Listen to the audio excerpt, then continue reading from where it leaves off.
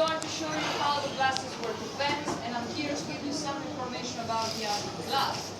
First of all, the art of glass is a family tradition.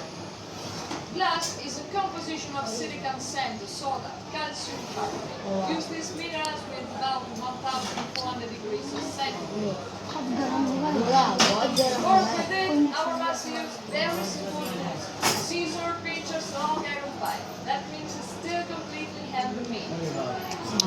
Ciao. Of course, right?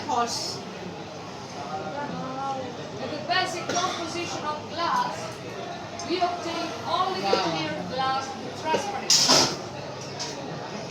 If you want to obtain different colors, you have to add inside different minerals or metallic oxide. The most important color in that is the red, because we need gold and selenium combined together. When this is finished, it should be placed inside the cooler, where we leave it there minimum 24 hours. It needs to cool off very gradually, otherwise